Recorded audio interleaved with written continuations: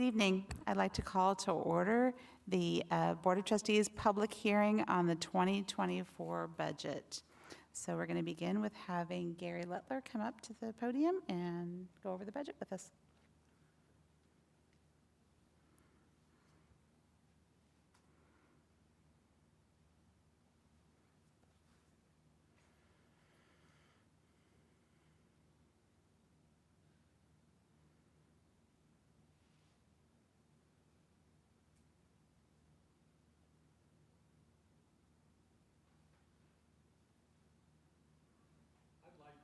Welcome members of the community to the meeting tonight.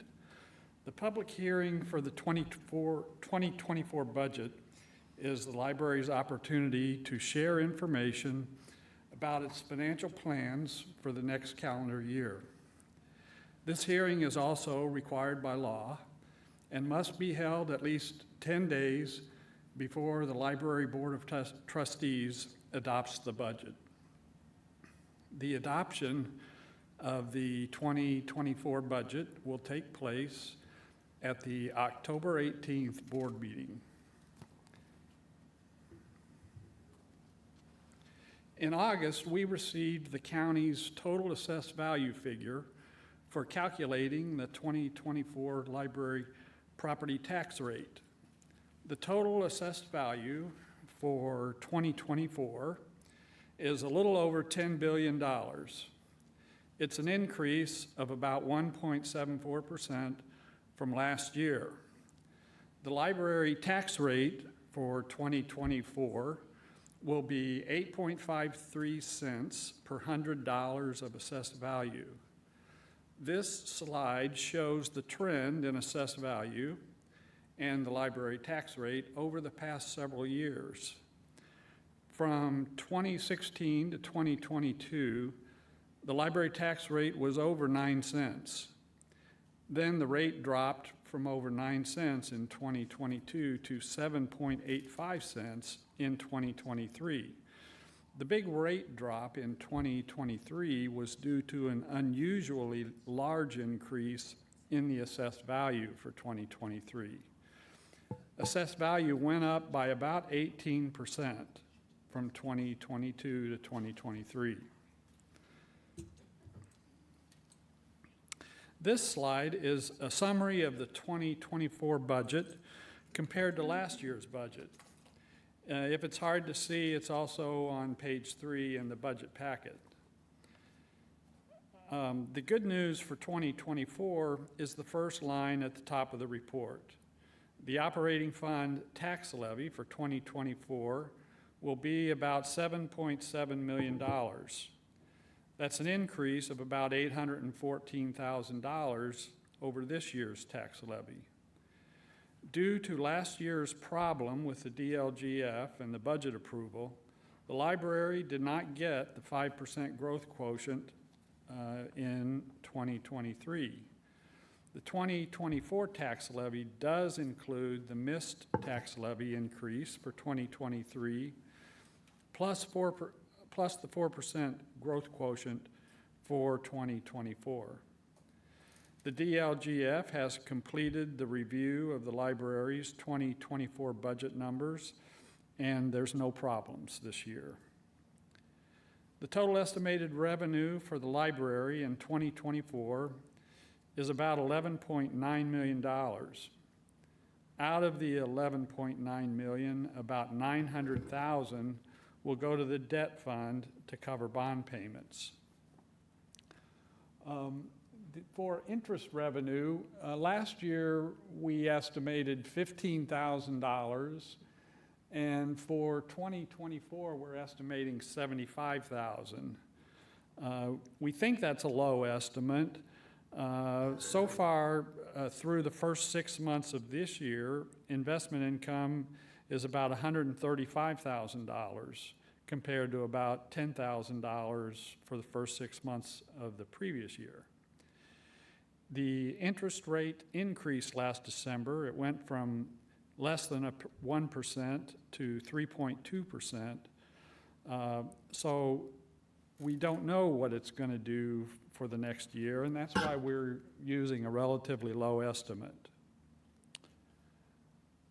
On the operating fund spending, the 2024 budget provides for increased operations cost at the Southwest branch, since it will be a full year of operation compared to this year, which will have a little over 6 months of operating cost. For the current year, we are starting to see monthly operating cost figures settle in for the new branch. As the months go on for the rest of this year, we'll be able to get a better idea of what the total operating cost of the new branch will be. For now, the monthly operating cost is running about $35,000 to $45,000 per month. Before moving to the next slide, are there any questions about this report showing next year's budget?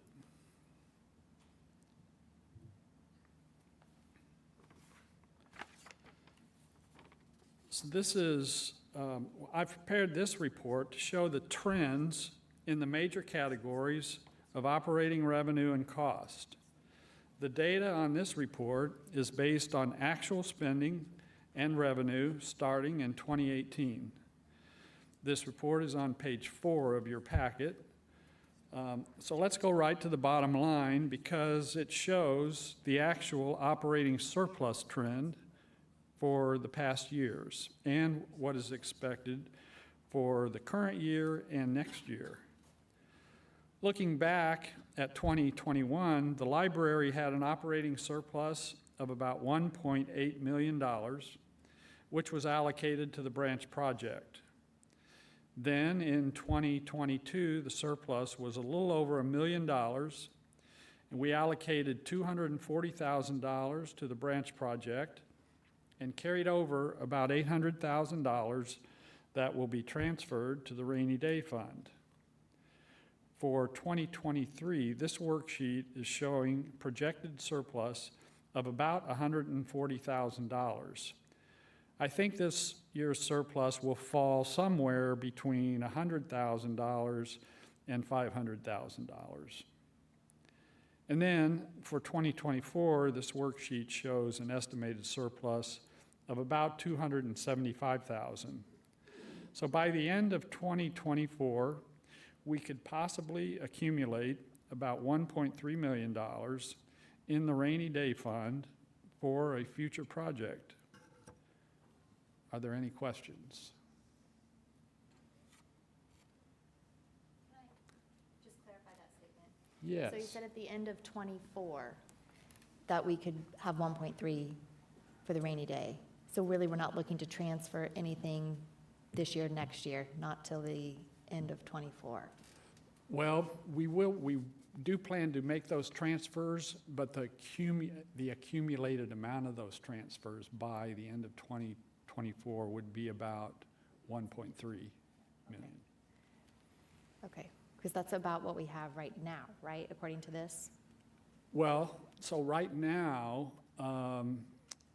the accumulated surplus from 2022 is kind of sitting there. It's $800,000. It's in the operating fund still, and we'll transfer that along with surplus from this year. We'll make that transfer in January. And that's reflected in the 2023 transfer amount that is on this sheet? I'm just trying to follow the number there. Sure.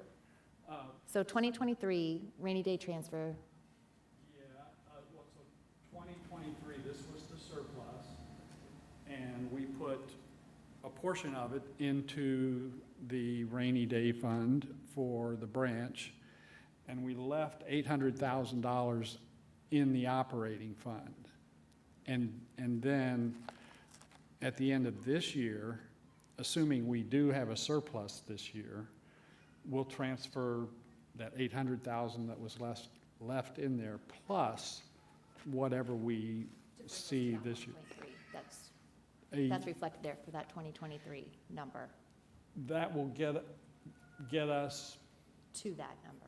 yes, well, we won't be to the 1.3 until the end of 2024, but, Yeah, that was, I was just clarifying, thank you. okay. All right, seeing no other questions, I'll wrap it up.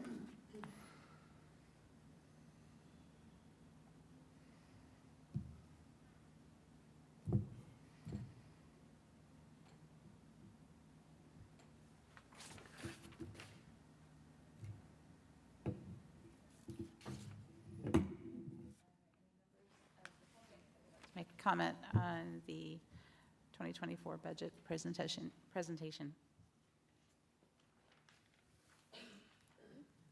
Okay, seeing none, do we have a motion to adjourn the public hearing on the 2024 budget meeting? Okay, all in favor of adjourning the meeting? Say aye.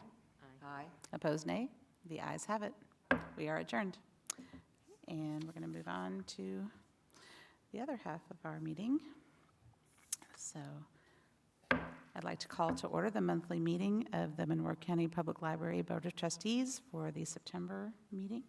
And to begin with, we're going to go around and introduce ourselves and share a book or two that we're reading or listening to, if we'd care to. Kathy, we'll start with you. Closer, and I just finished The Fourth Wing. Liked it. Wasn't great literature, but had to figure out what the buzz was about. Chris Hall, and I'm reading The Eclectic Life and Times of Dr. Wallace W. Wheat, and it's by a Bloomington author, Laura Clavio. It's pretty interesting. It's a historical fiction, but she adds a lot of her own twist to it because she just did a lot. I've met her, and it was quite interesting. So, enjoying the book. Greer Carson, I'm reading The Society of the Spectacle by Guy Debord, and as expected, my family and I are playing Starfield. I'm Chris Harrison, and I am reading Attack of the Black Rectangles. It's a book about censorship by A.S. King, and I'm also listening to, I think it's called Just Like That by Gary Schmidt. My name's David Ferguson. I'm reading Possession by A.S. Byatt. I'm listening to it.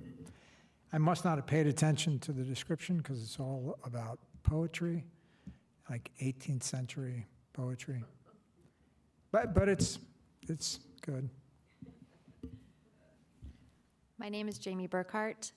I am not reading right now because I'm binging and catching up to the phenomenon Only Murders in the Building. So I've been binge watching a lot to try to catch up on that, but I've checked out Wasteland, so that will be my next book. Okay, thank you. First item on the agenda is the consent agenda items. Do we have a motion to approve the minutes of the August board meeting, the monthly financial report, monthly bills for payment, personnel report, and the board meeting calendar? So moved. Do you have a second? Second. Okay. Any questions or comments on the consent agenda items? Seeing none, all those in favor of approving the consent agenda items signify by saying aye. Aye. Opposed, nay. The ayes have it. Next, we're going to turn things over to Greer for the director's monthly report. Okay. Since last spring, we've been looking at how we can provide ongoing access to the Herald Times archives.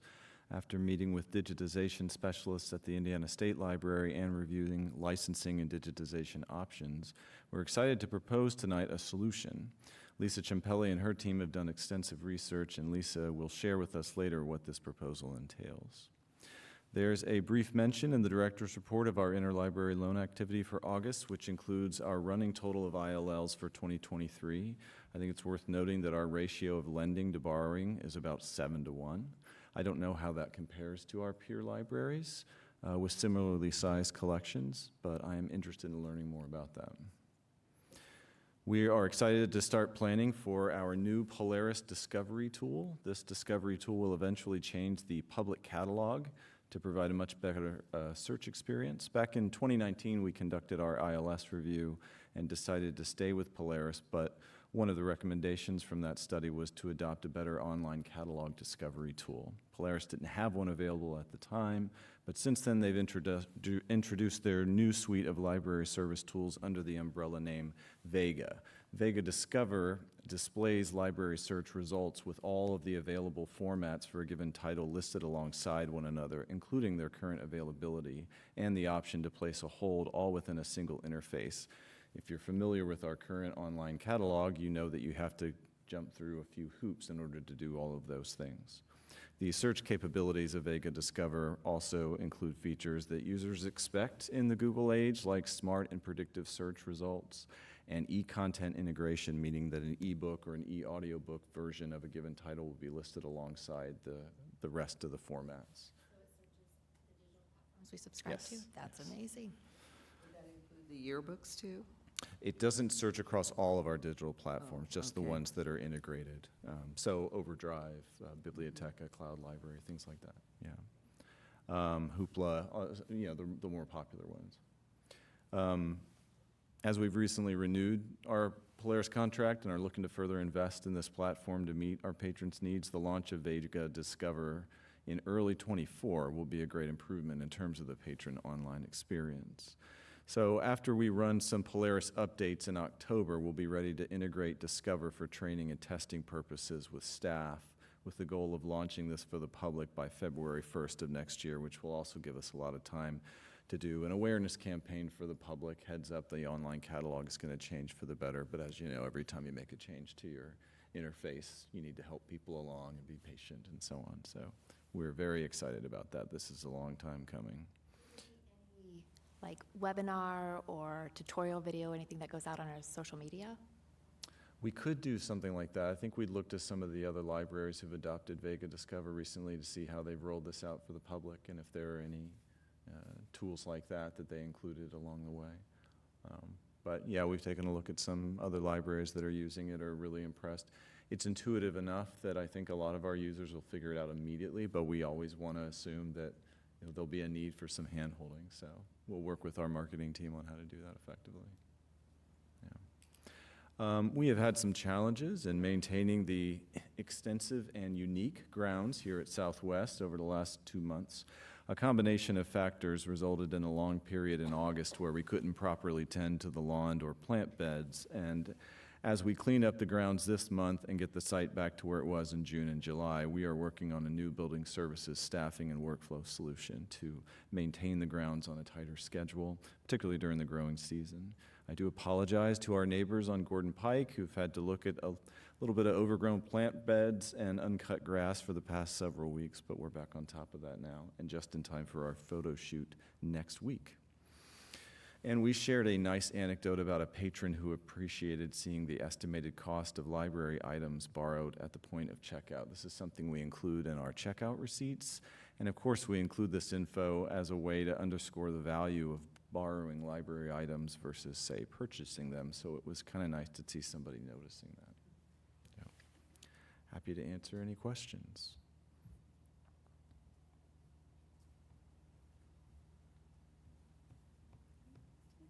All right, seeing none, we're going to move on to the old business portion of our agenda. And so the only item we have on there is, I think, our final Southwest branch change order. So we have a change order before us for providing and installing new bike racks and scooter racks, providing restriping of the basement and the garage, and also installing some new parking signage. Do we have a motion to approve these items? So moved. Second? Okay. Do you want to add anything? Yes, so after a few months of operating, we've observed that the garage spaces are a little tight and would greatly benefit from expansion. We also need to install some new reflective signs for compact and motorcycle parking, and we need to establish traffic flow with one-way arrows and signage to make sure patrons are safely entering and exiting the garage. It's just simply too tight to do a two-way traffic pattern in our garage. And finally, based on some feedback from patrons and staff alike, we would like to go ahead and install a pair of bike racks in the garage for folks who prefer a more sheltered and maybe secure bike parking option here at Southwest. So the total for this, indeed, last change order for Southwest is $8,911. Spots did we lose? We're going to lose between 7 and 9.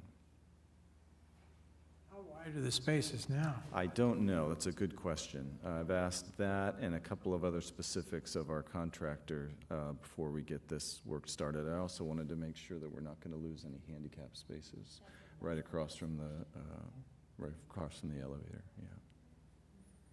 Yeah. But it'd be interesting to know if you can figure out how wide they are now and how wide they're going to be. Yeah. I think I'd heard that like 8 feet is pretty narrow. That can work if it's an office building where, you know, people are coming every day, parking, you know, 8, 8.5. But if you're like a place like us, or a shopping or retail where you have a variety of people coming, it needs to be a little more forgiving. Yeah. I also wonder, 'cause for the size of that garage, that's a significant number. If we could have dedicated spots that might be like for compact. So we do have some compact spaces, yeah. But it's that- just, I think I and would those call still need this widened. yeah, this is a live and learn thing in that we imagine the garage would work as a two-way traffic thing. We could get as many spots in as possible. We could squeeze them in between some of the support beams and so on. And the reality of seeing people pull in and out and dealing with some of those spots made it pretty clear we need to widen pretty much all of them. So. In the diagram, I'm seeing, it looks like the standard parking, and I don't know if this is the new or the old, standard are 9 feet wide, compact are Yes. 8 feet 1 inch, and then the motorcycle are 7 feet. Yeah, and honestly, I don't know if that's the new Yeah, and I or don't know that's if that's the old the either. So new or the current. I've asked Strasser to confirm what they're going to wind up being. Is there like a 2-hour parking like the one at downtown? 2-hour limit. We don't do limits really. It's suggested, Oh, but the but we're sign not still says- tagging Yeah. tires and anything like that. So yeah. Signage that makes people think Yeah. or not think. Do you have any trouble downtown with people staying for like 8 hours? Have you noticed? Sometimes, yeah. Okay. Students, maybe? I don't know who it is, but we do have some people who will park there for a very long time. And, you know, Yeah. for the most part, they're using the library, but people aren't abiding by the 2-hour suggestion necessarily. That's something you want to get into policing. No. No, No. I don't see No. that. Mm-mm. Any other questions or comments? All those in favor of approving the final Southwest Branch change order signify by saying aye. Aye. Opposed, nay. The ayes have it. Next item on the agenda are new business, and we're going to begin with the new updates to the collection development policy. Do we have a motion to approve the updates? So moved. A second? Second. All right, we're going to hear from Lisa Champelli, and she's going to explain the new changes to our collection development policy. Welcome.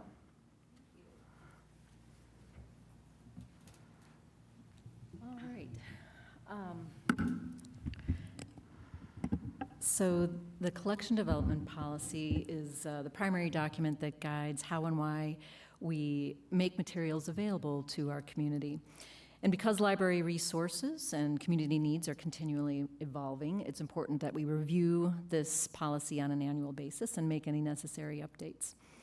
And we started the review process earlier this year with a small group of staff, Circulation Services Manager Steph Niemeyer, Outreach Manager Chris Jackson, Adult Services Manager Elizabeth Gray, and Teen Services Librarian Tiana Pasco. And we reviewed some sample policies from other libraries, and we considered, in light of the challenges to materials that libraries are facing across the country recently, the importance of emphasizing our commitment to intellectual freedom and our stance against censorship. We shared our updated draft with Greer and Public Services Director Josh Wolf, and we reviewed it together with our leadership team.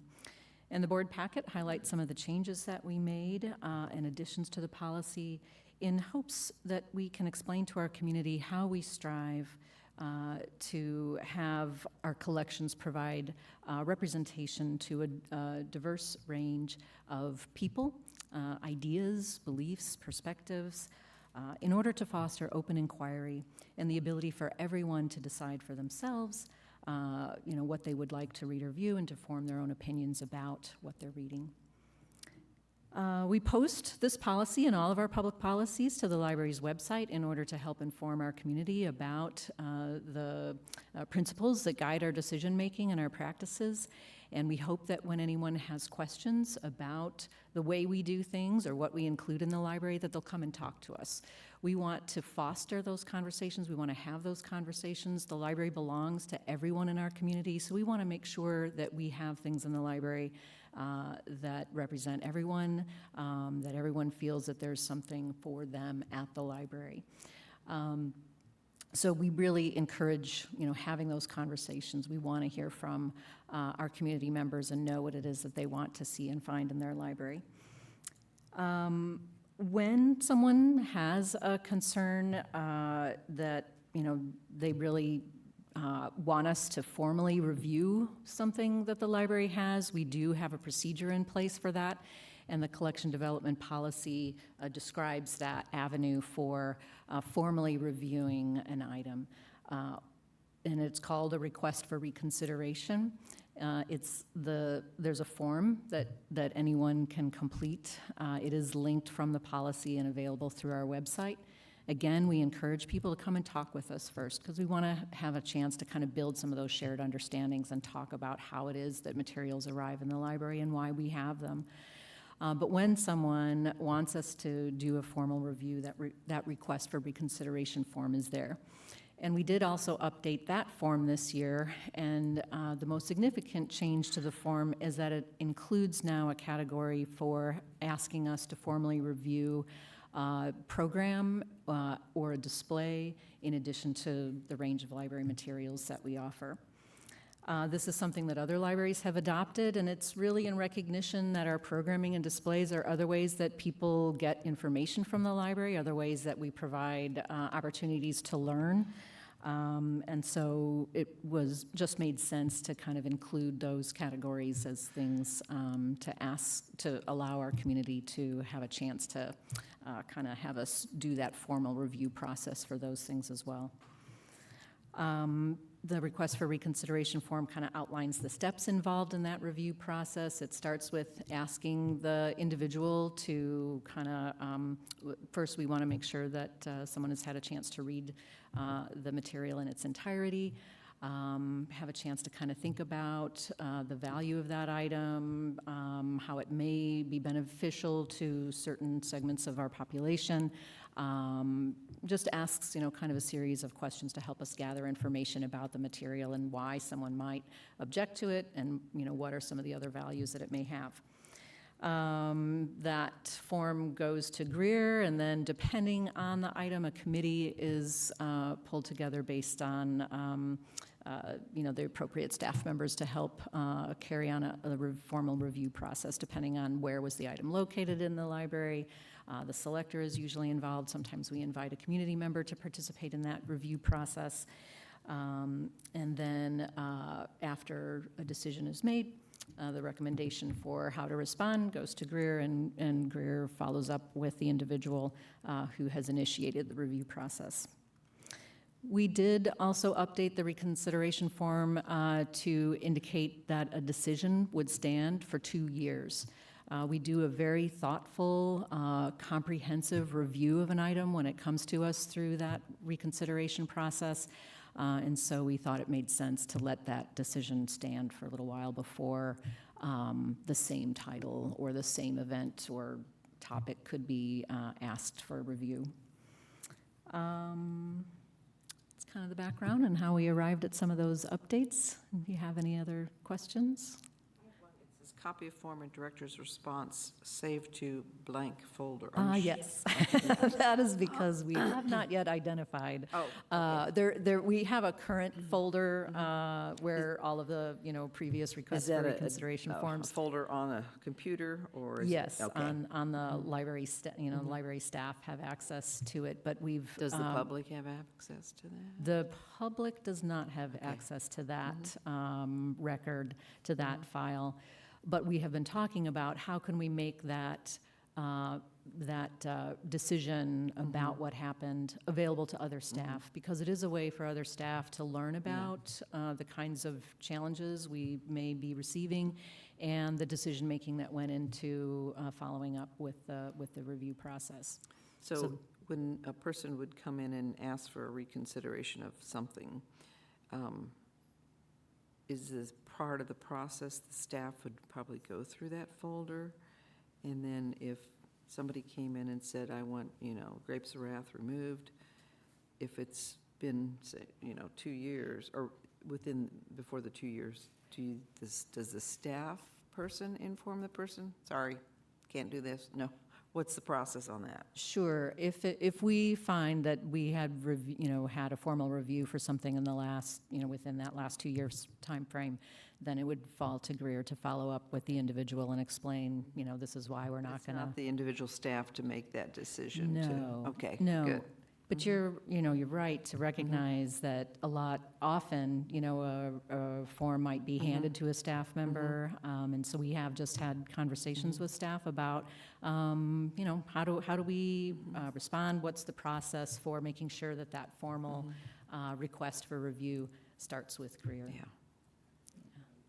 I appreciate your question, Kathy, because it's also something that, as Lisa said, we encourage staff to work with patrons on understanding sort of the principles of intellectual freedom. That happens through a conversation. So if a patron wants to submit a formal request for reconsideration for an item we've already reviewed, then as director, I would want the opportunity to reach out to them and have that intellectual freedom conversation, in part to honor their concerns, but also to maybe help them think a little bit about, why that's not something we would do lightly, and hopefully then that would result in maybe a better understanding of why it's the right for everybody to read something or not read something if they don't want to. So those conversations are critical. We had that in MCCSC. We did. We did. So I appreciate emphasizing all the things that are important in the library's mission. And I do have one question that I feel may. So the line, materials are not marked or identified by library staff to show approval or disapproval of content or creator. Yes, but does that lend itself to opening a box for library recommendations? Because there are a lot of spaces like that in the library. Could someone use that line then to make a challenge to that? I'm glad you brought that up, because it was something that gave us pause when we thought about adding that into the policy. We do, create book lists. We currently do have, we have in the past had stickers that staff can put on books to kind of say, hey, this is one that I liked. That may be something that we look at again as to, whether there's another way to kind of help highlight books that staff members recommend. Book lists have been, part of our, part of what we do and make available to the community for a long time, but it's not necessarily associated with a specific individual. But the labeling of materials really speaks to kind of a concerted effort that would happen at the cataloging level. We don't put a comprehensive kind of labeling on something that would give it a particular judgment category. So the only thing is maybe clarify that in more explicit language. Mm-hmm. And I can see the value of that, absolutely. Because yes, Mm-hmm. but yes. Mm-hmm. Yeah. I think you're getting to the point that recommending something is not the same as endorsing it, but that's an easy thing for people to confuse. Why would you recommend something if you're not endorsing it? And again, and that mentions that in here, but there's always that implicit bias that comes with that recommendation. Yeah, yeah. Mm-hmm. So we could take a look at some clarifying language in that piece. Yeah. Yes, definitely. Okay. All right. Thanks for the question. Yeah. All right. Anything else? No? Thank you. Thank you.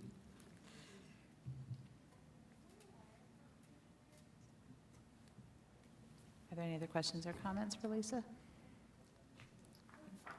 Okay, seeing none, all those in favor of approving the changes to the collection development policy signify by saying aye. Aye. Opposed, nay. The ayes have it. Next, we're going to move on to the Herald Times and Newsbank digitization opportunity, and this is also something Lisa's presenting to us.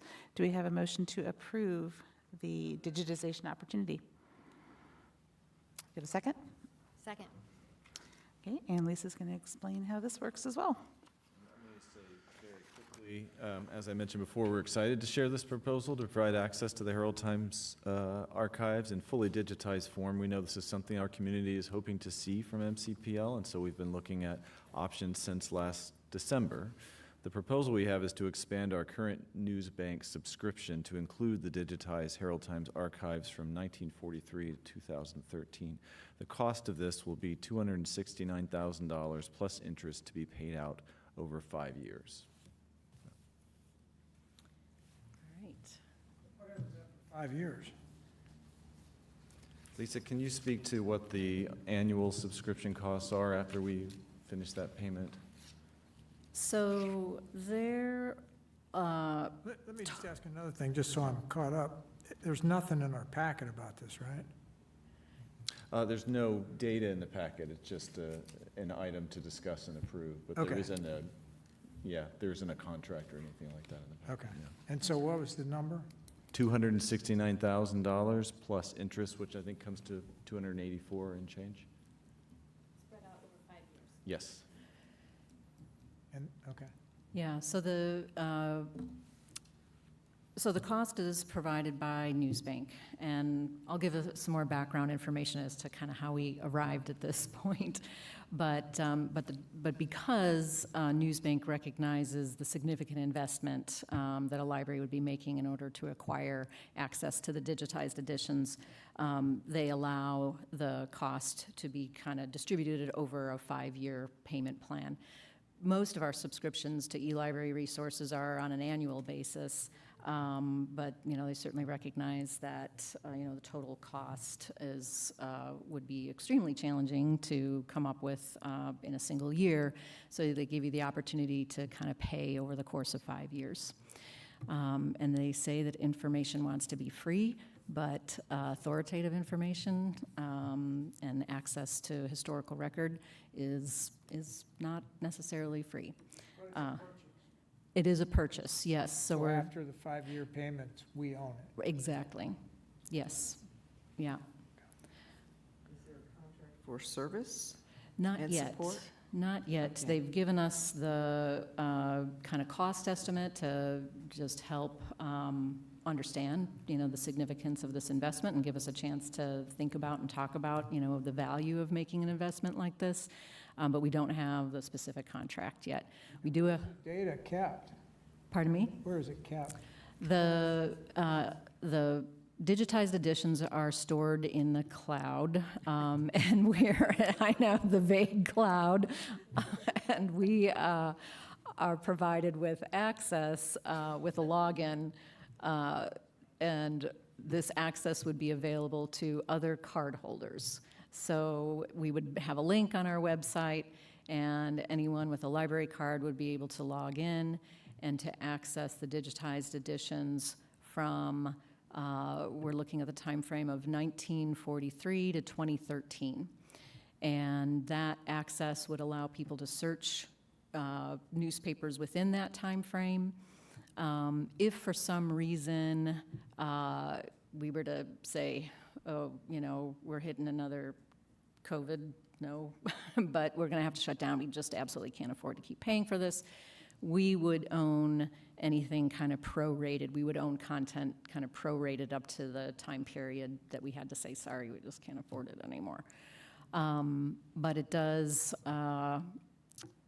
it's stored in the cloud servers that Newsbank owns. They have said we can have, we can ask for files to have copies of it, but we're having a meeting with Newsbank tomorrow to try to get some details about what is the backup storage, because we certainly know that there can be. What happens if Newsbank goes bankrupt? Elon Musk. No. Right. I know it's a US-based company, but I don't know the details about If its they got in ownership. financial difficulty, and something happened, it would be nice to have, somewhere. So that was my question. The A backup. files, are they PDFs? Like, is it in a format that we could transfer to another platform if necessary? Meaning, probably, is it proprietary to Newsbank, or, Well, we own the content. We've already just, right, but there's the Done that. process for for the searching format. and all the ways that well, you. even if you can't search, like if they die, somebody else will pop up. So is it a way that it's transferable? Our understanding is that as we reach that point where we have paid in full for that segment of content, that we would then own it and that we could, have it on our file systems. That is, we could have it. About the paying as we, so like, we don't own it all to start with. We will have access to it all to start with, but How is it decided what part we own? they have a prorated method for looking at cost per page, and that's how So like if we paid for 2 years, we'd have to pick the 2 years. we would most likely pick from the start to, but yeah, that's a good question, because they have told us that they build this total cost based on the number of pages that they have had to digitize. And so there are some gaps, in that time frame. And like, for many years, there's no Sunday edition printed. There's no editions printed on holidays. There's, well, we're not going up to current times, but current times, there's no Saturday edition. So, so it's prorated based on the kind of pages. Been around for a while, too. It has been around for, I think, 45 years. Yeah, so I remember, yeah. So Yeah. My next question is, so are they going through the process of digitization, or is that happening at our library with physical copies? I'm sorry. How are they digitizing? They are digitizing from microfilm, yeah. And so we did a comparison of looking at our microfilm collection, because the library has an extensive microfilm collection of Herald Times editions going way back. And so anyone can come into the library, and if they know what kind of date time they're looking for, we can pull the reel that has that content on it and load it onto the microfilm reader, and they can scroll through, scan, try to find what it is that they're looking for. And you can even print it out and save it to a digital file. We still own those. And Those yes, would come back to us. we have those in perpetuity. The microfilm reels, yeah, I'm we, thinking, worst case, if it goes away, we've paid for a service, but we still have all the information. We still have the physical microfilm. right. Are they using our microfilm to do it? They did not use our microfilm to digitize the time frame that we're looking at. We're not entirely sure if they have already had microfilm in storage somewhere. The HT has told us that they sent their collection of microfilm to Newsbank, and so it's possible that they only recently digitized what the HT sent to them. But we will continue to keep our collection on microfilm. Yeah. So the advantage to the online access is that it would be available outside of the building to library card holders, and it's searchable in a way that the microfilm collection is not. So you can do a keyword search for different events. Also kind of preserves the film, so, right? So it's not being used and not in need of preservation. and- Yeah, we occasionally have to replace some microfilm reels, and we will go, we have purchased replacement reels, sometimes from the state library or the State Historical Bureau. Yeah, so we will continue to do that. We did ask about, so the state library, when we went to talk with the digitization specialist at the state library, we were wanting to make sure that no one else in the community was planning to digitize the HT, was this work or an investment that we didn't need to make if somebody else was already doing it. And the state library has digitized very early editions of the HT, the 1800s, and done that in conjunction with some of the IMLS grant programs initiated by Library of Congress. But they said that they did not have any plans to digitize the more recent copies of the HT. They do get contacted by people to find out if the state library has them. But they said that they didn't have any plans to do that. And they recommended working with Newsbank, figuring out who has the ownership rights to content is sometimes a real rabbit hole to try to navigate your way through. While we own the microfilm, we don't have the licensing, we don't have the rights to digitize that ourselves, but Newsbank does. And currently the HT is owned by Gannett, and so Gannett is the one who's deciding who's going to get the rights to redistribute their content, basically. And our Monroe County Historical Library is not doing anything? They are not doing anything to digitize as far as I know, the text or They the have no newspapers. funds for that. But they did receive the photo archive of the HT, so they are working to digitize the photographs from the HT's collection. Yeah. Who creates the microfilm? At Newsbank, they No, ha- what you or- have in your archives. Oh, what we have. We get it from the Indiana Records Association, which is an affiliate of the State Library. And there's been some merging of the State Library and the Historical Bureau, but they're all kind of umbrellaed under the State Library. That's my understanding.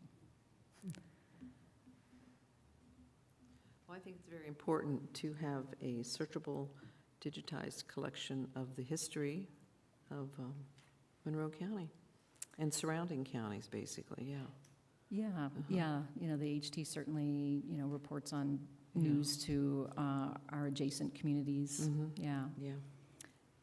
Yeah, it's certainly, in looking into this, recognizing that notion that journalism provides that rough draft of history, and our local newspaper provides that rough draft of history for our local community. Yeah. And the digitized access helps you research local history in a way that the full text access does not. We do currently have a subscription with Newsbank that lets our patrons search information in the HT between 1988 and up to the current day. But seeing how a newspaper has displayed information, where they put it on the front page, seeing the advertisements, all the other kind of contextual information that gets included in a newspaper that doesn't get included in the full text archive. Yeah. So I did print out some of some examples of articles and materials and belongings and head to the nearest checkout desk. We appreciate you coming to the library today. that must be my cue to wrap it up. Wrap it up here, Lise. So we printed out the same article from 1987 from our microfilm, and the microfilm gives you a little bit of ability to kind of adjust the grayscale on the photo, but in general, it's pretty close.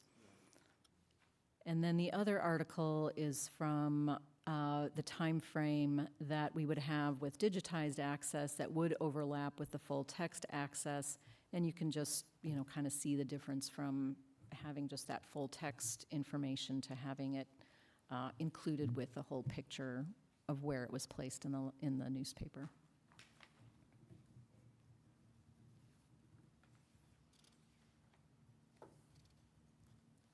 Any other questions or comments for Lisa? Okay. Thank you so much for that thorough description of the project. Because we don't actually have a contract to vote on, we're going to table the vote until October meeting when we have a contract and some more specific numbers and information in order to approve or not approve the opportunity. But it sounds like a great one, so I look forward to hearing more about it next month. All right. Thank you for your questions. Thank you. All right. Next, we do have an action item. We have a new pest control policy that we're looking at. Do we have a motion to approve the pest control policy? So moved. Second. Okay, and Greer's going to explain the pest control policy. Well, first, let me apologize for the interspersed personnel policy pages right in the middle of the two-page pest control policy. If you found that confusing, I'll blame the bug that got into the Adobe Acrobat. Page 120 is the first page of the pest control policy. The second page is on 129 of the packet. So like many public libraries, we have seen over the past year an increase in materials being returned with pest debris and in some cases live pests. And we're talking about things like cockroaches and sometimes even bed bugs. Our circulation services and outreach services teams have a well-worn procedure for inspecting and treating these items to prevent the spread of pests by way of library materials and to prevent the damage and possible destruction of those materials. And this includes identifying and isolating affected items and heating them in one of our 2 bed bug ovens to eradicate the infestation. What we haven't had yet is a policy that not only explains what we do to prevent the spread of the invasive pests through library materials, but also allows us to temporarily suspend patron borrowing privileges if and when we see a pattern of infested materials being returned from a single patron, and this policy is intended to do that. I do want to emphasize that we took great care in trying to draft this policy with equitable treatment of all patrons in mind, particularly as situations involving potential pest infestations on library materials can be linked to housing instability. And so we reached out to our friends at the Heading Home of South Central Indiana to make sure that the language and practical intent of the policy did not unduly single out our unhoused or otherwise transient patrons. I'll also emphasize the case-by-case approach that we'll continue to take with regard to any temporary suspension of a patron's borrowing privileges.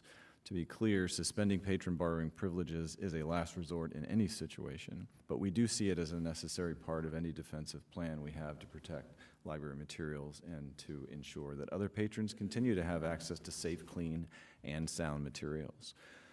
And finally, we base this draft policy on a number of similar policies we've seen at other public libraries. And of course, our attorneys have reviewed this as well.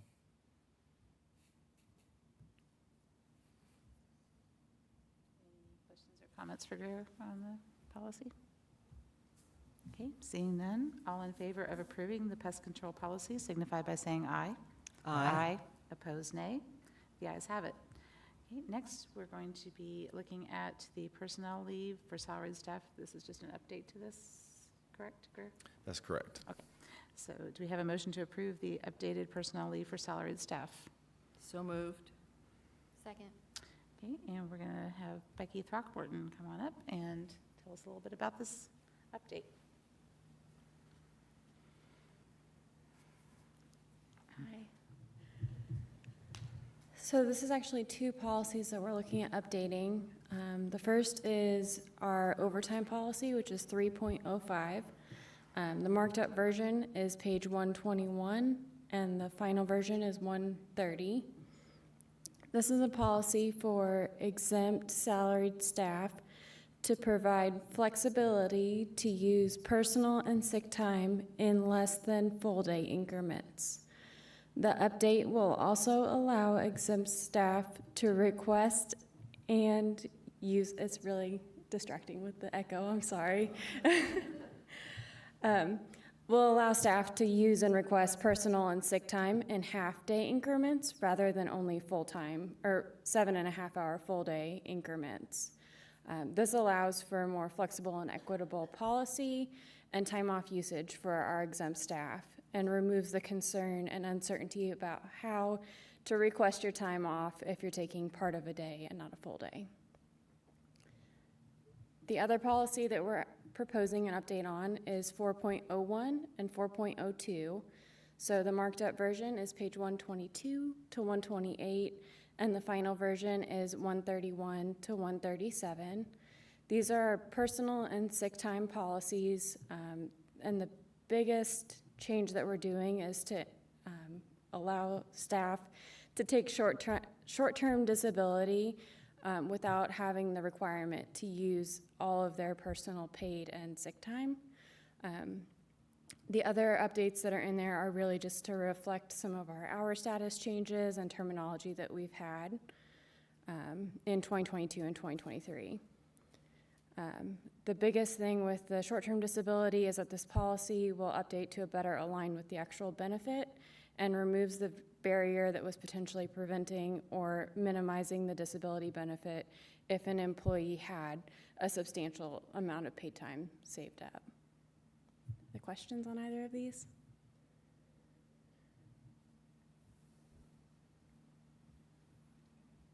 Thank you, Becky. Thank you. All those in favor of approving the updates to the personal leave for salaried staff signify by saying aye. Aye. Opposed, nay. The ayes have it. Okay. Next, we're going to have some department updates tonight. So we're going to have Lisa Champelli join us again for an update from content development. Thank you for the opportunity to share a quick update with you about the work we do to make a wide variety of physical and digital materials available to our community. I'm fortunate to work with a fabulous team of staff who perform distinct yet closely interrelated tasks. Pam White, who celebrates 40 years of service with MCPL this year, is our linchpin. As Acquisitions Associate, Pam ensures that orders for every single item destined to become part of MCPL's diverse collection is submitted and invoiced in a timely fashion, including our subscriptions to magazines and e-library resources. Pam's extensive knowledge of the process for not only how different materials are ordered, but also for how they are funded, how they are received at the library, entered into the catalog, labeled and routed to different areas, means that Pam provides essential support to every single position in the department. Pam works especially closely with our selectors, occasionally helping to scout alternative options for obtaining items when they're not available from our primary vendors.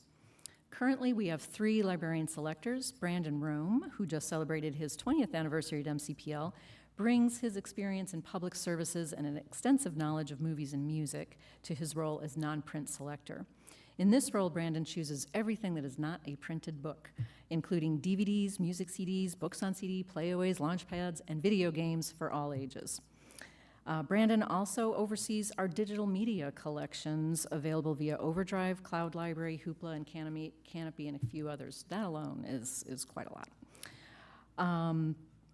Amanda Alley joined us last fall as our selector of print materials for adults and jumped right into selecting the fiction and nonfiction collections for the opening day collection at the Southwest branch. She helped update our guidelines for accepting donations from local authors and is turning attention now to the needs of the Spanish language collection for adults. Martha Odia has been expertly selecting print materials for young people for 20-plus years, overseeing collections from board books for infants and toddlers to fiction for young adults. When the library started its graphic novel and manga collections more than a decade ago, Martha took on the selection of these distinct formats for all ages, children, teens, and adults. Over the years, we have seen young adult fiction and graphic novels become an increasingly popular genre and format, requiring careful attention to series and consideration as to which titles should also be placed in our teen spaces. Each of the selectors face their own unique challenges with the formats they specialize in and audiences that they serve. But in order to allow Martha to focus on the particular needs of teens and respond to the growing popularity of graphic novels and manga, we have recently decided to add a 4th selector position that will focus exclusively on materials for children from birth to age 12 and enable Martha to concentrate on the needs of young adults and the avid fans of graphic novels and manga. We have 2 catalogers who pay careful attention to detail to ensure materials are accurately listed and discoverable in our catalog. Meg Adams helped keep things moving along when she was the sole cataloger for a while before TD joined us last fall, filling a need for original cataloging expertise.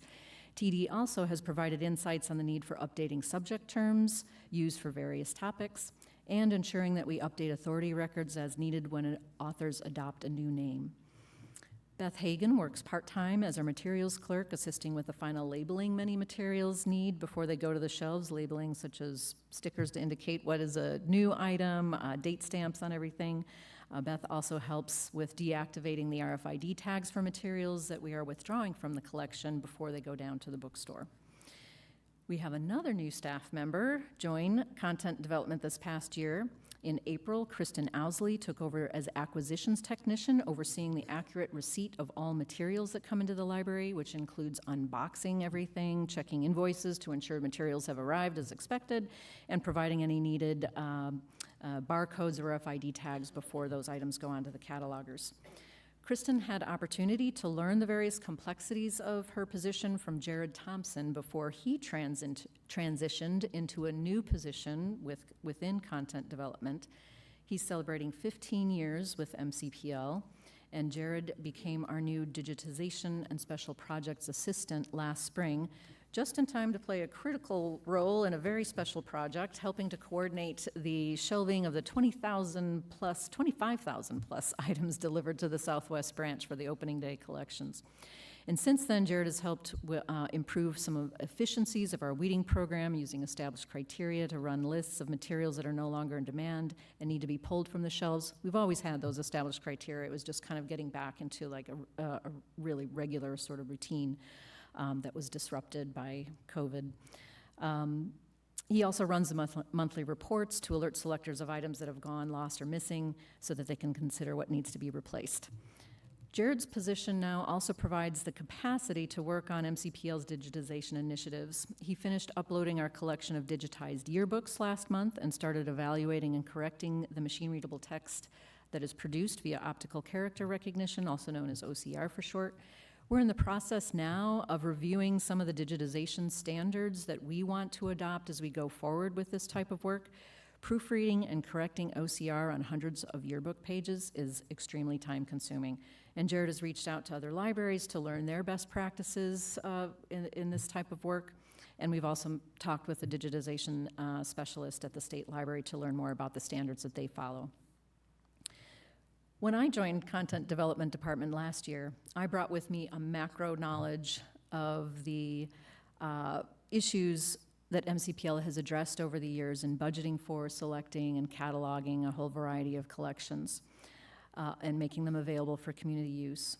But learning at the micro level, the steps involved in getting an item in the door, in the building, and out onto the shelves has been extremely eye-opening. And I am in great debt to my content development colleagues as well, especially to Stephanie Meyer, our circulation services manager, and Christine Sneed, our integrated library system coordinator, and to Greer, of course, for all the guidance and support that they have provided this last year. Preparing the opening day collection for the Southwest branch was largely the focus of our work in this past year, and the initial planning that Steph conducted for this project and the ongoing collaborative work with Steph and her team was the foundation for its success. Steph and I continue to meet weekly and confer regularly about collection needs and issues as they arise across the system, and I am incredibly grateful for her partnership. We are looking forward this coming year to incorporating more evidence-based practices into our procedures, looking at how usage data informs our purchases, our weeding practices, the overall management of our collections, and we'll continue to watch for how shifts in the publishing industry are impacting libraries. That's my cue again. I've overstayed my welcome.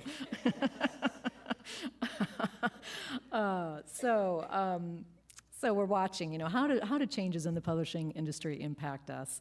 And we're eager to review information gathered as part of our strategic planning process to learn how we should be evolving collections to meet community needs. We're taking a special look at the Library of Things in this regard.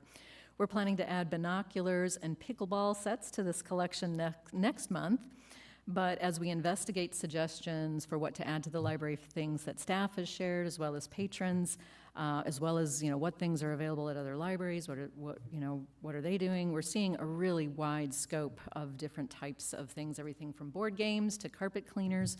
And so we're really excited to kind of learn more about how our community's interests and our strategic goals will influence how this collection and others grow. Thank you. Any questions or comments for Lisa? Yes, it is. All right. Well, thank you, Lisa, for Thank the you very wonderful work much. that you and your team do. All right, and next we're going to hear from Children's Services and Angelica Candelaria.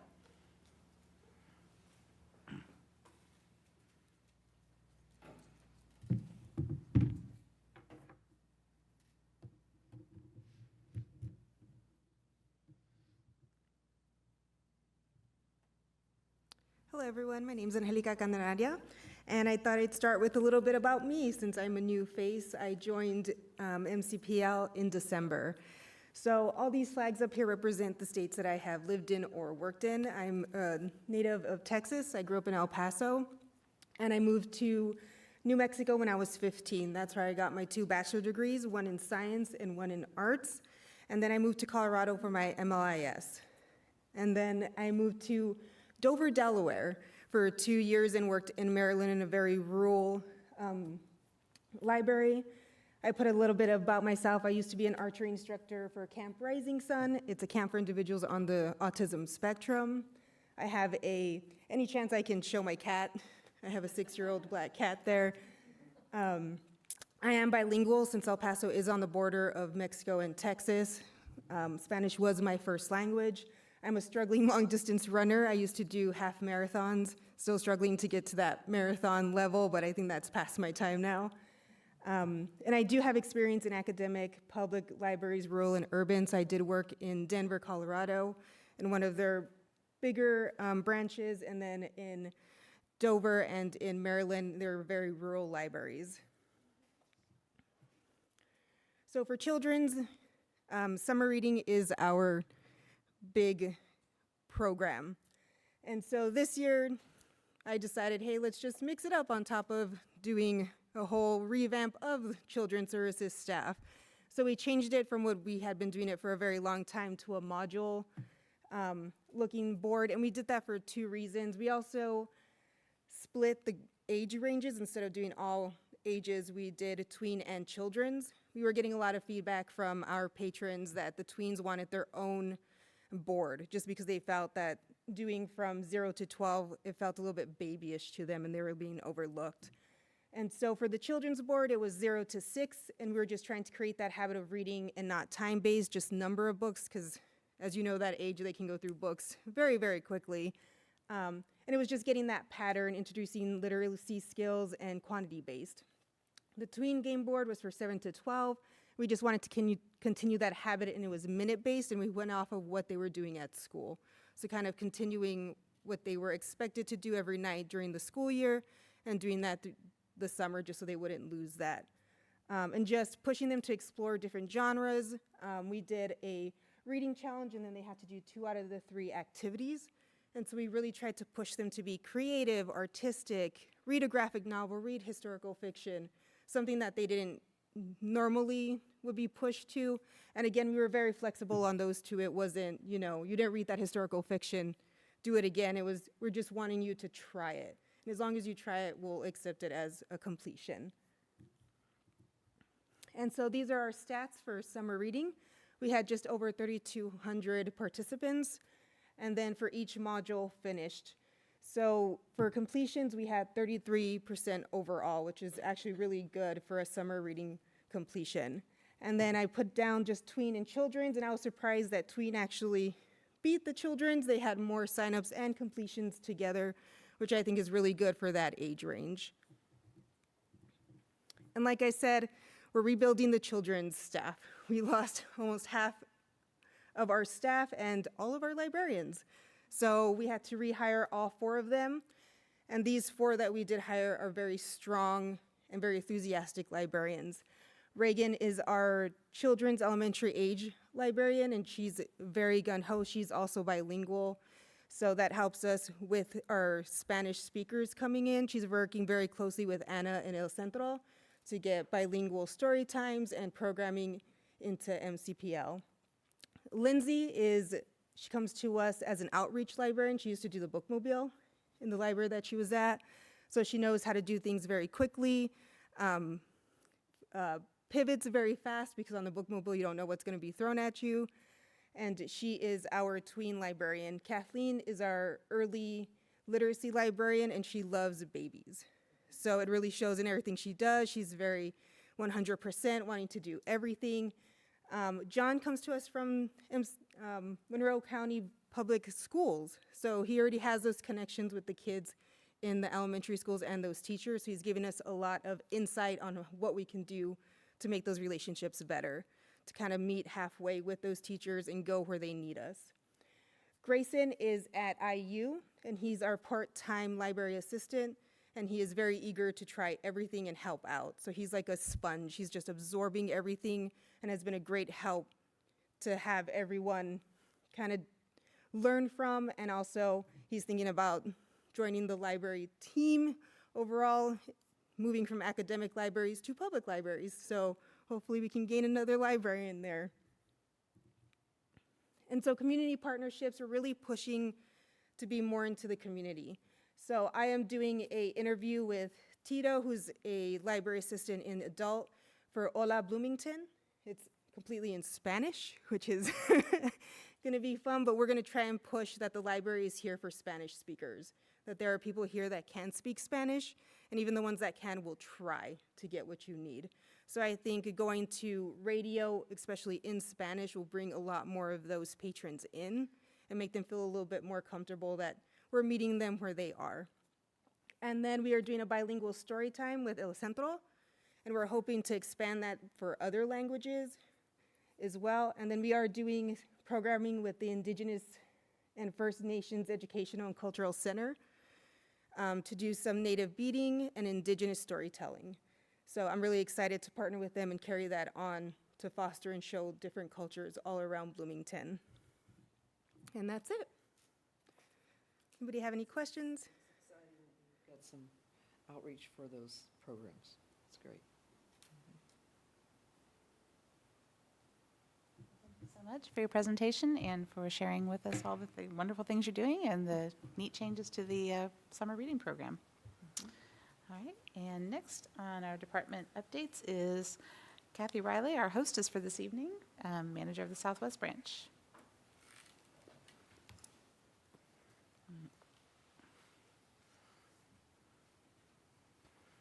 Hello. Hello. I'm Kathy Riley. I am the branch manager here at Southwest. Welcome. I hope you had a lot of opportunity to look around.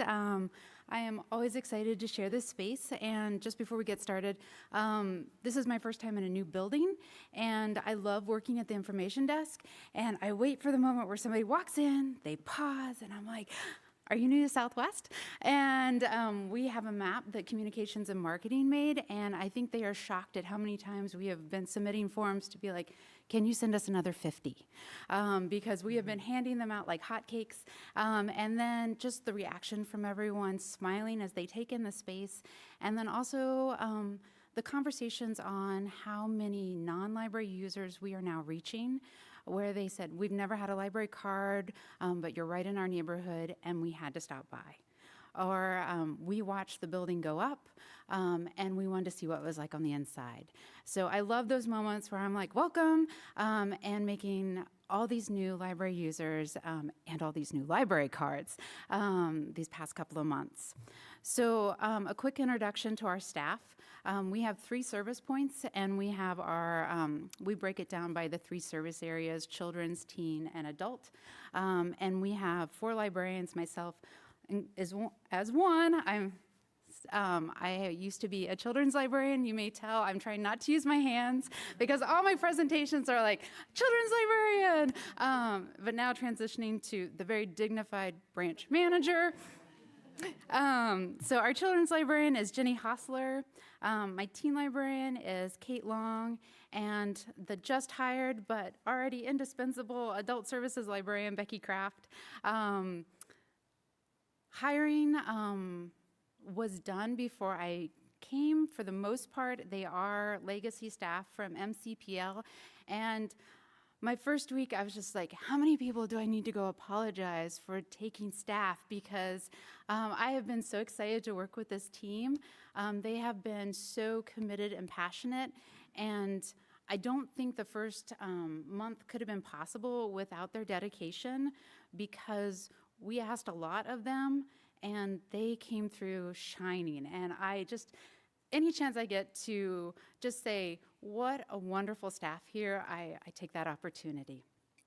We have 3 full-time library assistants, and we have 1 in each area. We have Krista Souder in children's, we have Danny Price in teen, and we have Chloe Garcia in adult. And then we rounded out with 3 part-time library assistants, Jessica Winchester in children, Joe Barber in teen, and Sophia Spiegel in adult. And we are currently interviewing for a 4th part-time library assistant because manning 3 desks and trying to get that nice arrangement of programming, just like getting people off desk so they can program. We're looking to be 11 public service staff.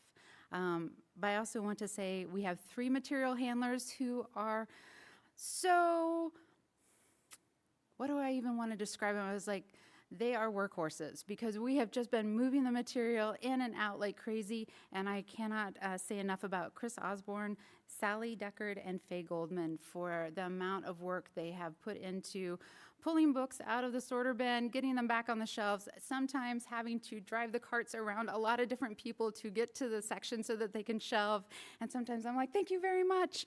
And then our custodian, Ross Jackson. We've also added on Peter Vinch and Ben to help us have a security officer every day of the week. And Claudia and Tim, kudos to them for keeping us running and clean. So that is Southwest. I am so impressed at the reaction of our community from our staff. They say, I feel really welcome when I come in, and that is our goal. I have worked in library systems where I have been in youth, and they've said I've sort of slid past the first desk trying to be quiet, and then I had relief when I got in here and I saw a familiar face. I want that reaction at each of our service points, that you feel welcome in this branch, that we are going to help you partner up with resources, and that you want to come back and use the library. So I just have a few moments to share with you out of all the things that have happened at Southwest since we opened up, including that incredible starting day where we had such a wonderful reaction of the community coming in, and we all sort of did like the shuffle through like sardines as we filled the entire space. And but since then, talking about the children's room, we have opportunities for learning and engagement with our toys. Each were selected with care, and the one that we've really enjoyed are the sign language tiles. We have seen siblings working together with sign language tiles, the older helping the younger form the letter and explaining what it meant. And then also a caregiver, a speech therapist, and a younger child using the sign language tiles to communicate, and then asking for more resources on our sign language. Those are moments where you're just like, yes, all that work that went into picking those toys for growing that engagement, paying off as we have families sitting together and using them. One of our unique aspects of Southwest is our teaching kitchen. I was attracted to it in the job description, but also I loved on the day before we opened, I had to run to Walmart to get a dish drainer, but it was my first time using tax exemption, and I had to get my special card. And I was over there, and I was talking to a college student, and he's like, I was gonna ask you why a librarian needed a dish drainer. And he's like, but I remembered you have a teaching kitchen. And he's like, I'm gonna come check that out. He's like, I don't usually use libraries, but that sounds interesting. And that space, the teaching kitchen has captured, I feel like, our community's imagination and curiosity. I've seen a lot of all ages programming, but the teaching kitchen takes it to a higher level of collaboration than I've ever seen. And it is an absolute pleasure to walk by those windows and see all ages cooking together. Just the collaboration, the enjoyment, the sort of wonder that you see with the younger kids, and then I have to say, for the rest of us out in the library, the smell. We're just like, oh, that smells lovely, and then people wander by, they see it, and they're like, when's the next program? And it is also a wonderful opportunity to partner with community organizations. I love how people are reaching out and saying, I'm interested in doing a program. I would like to educate the community about how to use local produce, how to lower the hurdle for cooking, and I'm here. What can we do? That is fabulous, to come to a community and have that kind of engagement. And now, what I love about this is some public libraries just struggle to get teens in the door. What they say is, we see kids up to about 3rd grade, and then they disappear, and then they come back when they start having kids, and they want to get them into story time. But we have teens, and I love it because they're not just coming over after school and going into the teen space. They are in the study rooms, working on their homework. They are in the all-ages collaborative space, playing the board games and socializing. And they are, I have to say this, they're all the way out in the amphitheater, practicing their musical instruments because we say, please not in the library. And lately we've been seeing them do their dance moves, which is hilarious because you've got like a violin and a flute going over here, and then you've got dance moves going over here, and it's like they've just sort of split the amphitheater. But they are engaged in library programs. They are using our space. They are socializing, they are studying, and they are involved and taking ownership of the public library and feeling like this is one of their spaces in the community. So my life has revolved around Southwest for the last 4 months. It's hard to get me to talk about anything else. And I think the universe is also agreeing with me because we had a crazy storm, which is lovely to see when you're in this building. But we walked out at the end of the night and the sun was coming out, but it was still raining. And then Krista and I turned around to look at Southwest, and there was a double rainbow. And I was like, yeah, the universe agrees. It's all focused on Southwest. So, thank you very much. Do you guys have any questions about Southwest? I love to talk about my favorite topic. Thank you. Yes, it is. Yeah. So, Thank you. okay. I was like, just in case you have any questions, I'll be at any of the info desks. You can always stop by. Well, thank you to you and your staff for building such an amazing community inside this beautiful building. Appreciate your work very much. Thanks. All right. Now we've come to the part of our agenda for public comment. Do we have any members of the public that would like to step forward and address the board? I don't have public comment, but Okay. I did see that the city of Bloomington was thinking about closing off their parking lots. I saw that too.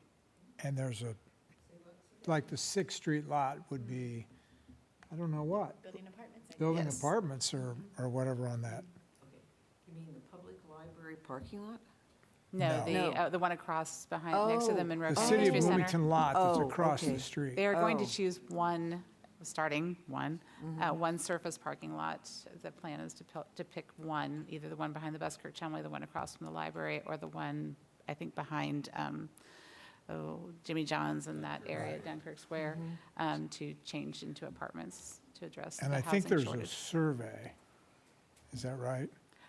Can't remember about that. We did a community engagement event a couple of months ago. just to I kinda just kick the thought we idea might off. want to make sure. We've been in contact with the city and Okay. had conversations. I think it's They know important. Okay. exactly what that would do All to right, so they us. know where you Yeah. stand. They Yeah. know All where right, we that's stand okay. on 6th and Does Lincoln. I just wanted to Parkway. make sure that we Yep. Yeah. made our voice heard, that that's a lot we use and would Yeah. like to maintain. Actually, some. to the city's credit, they reached out to us before that community engagement event and said, we'd love to talk because we know that's basically your lot. So, and we want you to know we're just getting ideas. We don't have any plans yet. So they've been good to communicate with, but I won't lie, if there's any serious conversation about doing something different with that lot, then we're going to have to come up with something because Good. we really Well, any rely of on those that. lots. Well, I'm sure the businesses at Yeah, Dunkirk Square or the Yep. businesses downtown, yeah, there's going to be a lot of input. yeah, for sure. Yeah. Well, I hope they do a better job of advertising, because this is the first I knew about it. And I do take the newspaper. Right. Well, I read the hard copy of the newspaper every day, so yeah, when something pops up that I haven't heard Yeah, about, I I- think, well, what the heck? What we Yeah. heard was the community engagement event, which I think was either May or June. There wasn't a whole lot of participation. There wasn't a whole lot of feedback. Because people don't know about it. Yeah. Right. Yeah. It's a history. It's a pattern, sorry. So, yeah, we're watching and Okay, talking good. about that Well, I one for just wanted to sure. make sure we Yeah. were. Yeah. Thank you. Is it appropriate for the public library to, I know that we have cats and we have that, but is it appropriate for the public library to be the vessel for communicating these public forums that will impact all of the community?